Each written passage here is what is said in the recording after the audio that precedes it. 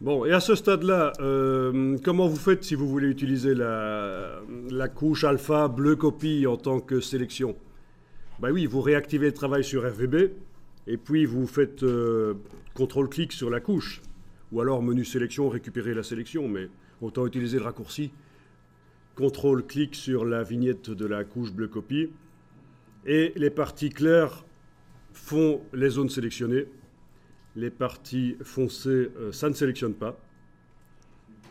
Il faut donc intervertir à ce moment-là. Sélection, intervertir, on est d'accord? Donc je répète, on active le travail sur l'image en cliquant sur le mot RVB. On utilise la touche CTRL et on clique sur la vignette bleu copie, ici, ce qui montre l'arbre. Les parties claires de la couche alpha bleu copie génèrent une sélection. Mais ce n'est pas le ciel que je veux sélectionner, c'est l'arbre, donc je dois intervertir. Vous êtes d'accord? Sélection, intervertir.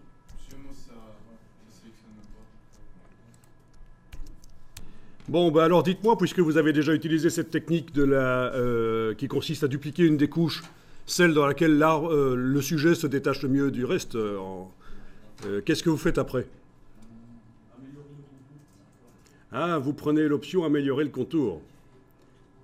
D'accord. Oui, ça peut se faire comme ça aussi. Je vais vous proposer une autre méthode. On va faire sélection désélectionner. Donc il ne faut pas de sélection active et on va travailler sur la couche bleu copie. On va optimiser la couche, on va faire en sorte que l'arbre soit plus noir, y compris le tronc doit être bien foncé. Et l'arrière-plan va devenir blanc en fait. On va contraster en fait le contenu de la couche. On va améliorer ses performances pour que ça sélectionne mieux. Donc faites ça, vous n'avez plus aucune sélection active, sélection désélectionnée. Vous avez la couche bleu copie sur laquelle vous êtes en train de travailler. Et on va donc commencer à travailler le contraste maintenant. Il faut toujours commencer par travailler sur le fond qui est derrière le sujet. Parfois, vous aurez un sujet qui est clair sur un fond foncé. Parfois, vous aurez, comme ici, un sujet foncé sur un fond clair. On commence par le fond. Est-ce que vous connaissez les outils ici, de densité plus, densité moins? Bon. On va essayer ça, et puis après, on pourra faire une amélioration du masque par la suite quand on amène l'arbre vers une autre image. Donc, cette technique qui est montrée ici est intéressante quand vous avez des sujets qui se détachent comme ça en silhouette. Bien. Donc, vous avez trois outils. Derrière cet outil densité moins, vous avez l'outil densité moins, densité plus, et l'outil éponge qui sert à modifier la saturation, l'intensité des couleurs. Mais il ne va pas nous servir sur la couche alpha, l'outil éponge. Donc, on va se servir uniquement de densité plus, densité moins. Ce sont des outils de photographe, ça, en fait. Je vais vous montrer, vous ne le faites pas, ça je vais aller rapidement sur le web, vous trouvez ça.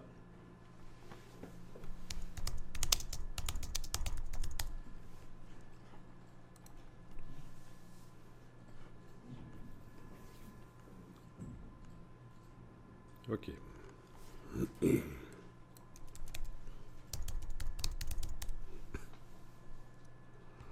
Voilà, j'ai juste tapé ici Dodge et Burn.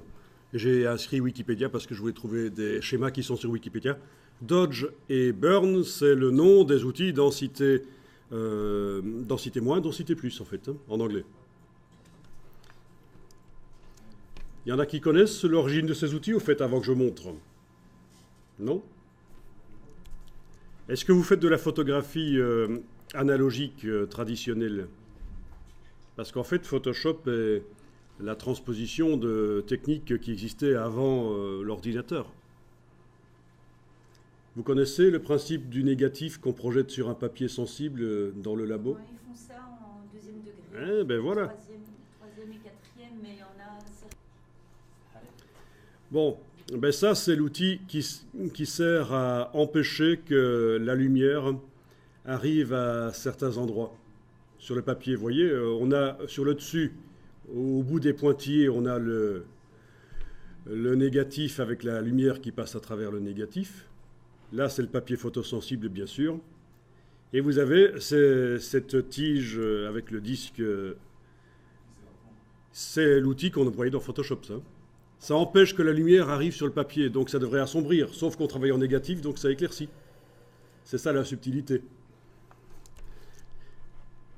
Et on fait voyager cet outil entre le négatif et le papier pendant qu'on projette, pendant qu'on expose, pour éclaircir certains endroits de la photographie, en fait. Donc ce sont des techniques photo de labo. Ok, et vous avez l'autre outil qui consiste à faire l'inverse, à faire en sorte que pendant l'exposition du papier par le négatif, là, la lumière aille plus précisément à un certain endroit de la photo. Donc plus de lumière, ça devrait faire plus clair, mais on travaille en négatif, donc ça fait plus foncé. Ça, c'était la main, parce qu'on peut le faire aussi avec la main, pour focaliser la lumière sur une partie de la photo. Ils ont un cours de... Voilà, donc c'est quand même intéressant de savoir que c'est pas une sucette déjà, ce truc. Hein. Voilà. Ok, donc... Outil densité moins, on a un fond clair, on va le rendre encore plus clair en utilisant cet outil densité moins, celui qui va amener moins de densité, donc moins de sombre. Et on va le régler là au-dessus pour indiquer qu'il va travailler sur ce qui est déjà clair dans notre couche alpha bleu copie. Donc non seulement il va éclaircir, mais en plus il va éclaircir principalement ce qui est déjà clair.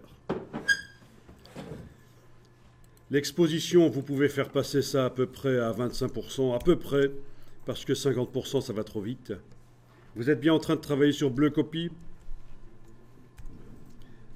Alors, il faut déterminer la dimension de la brosse. CTRL ALT et clic droit de la souris du PC, clic gauche de la souris du Mac.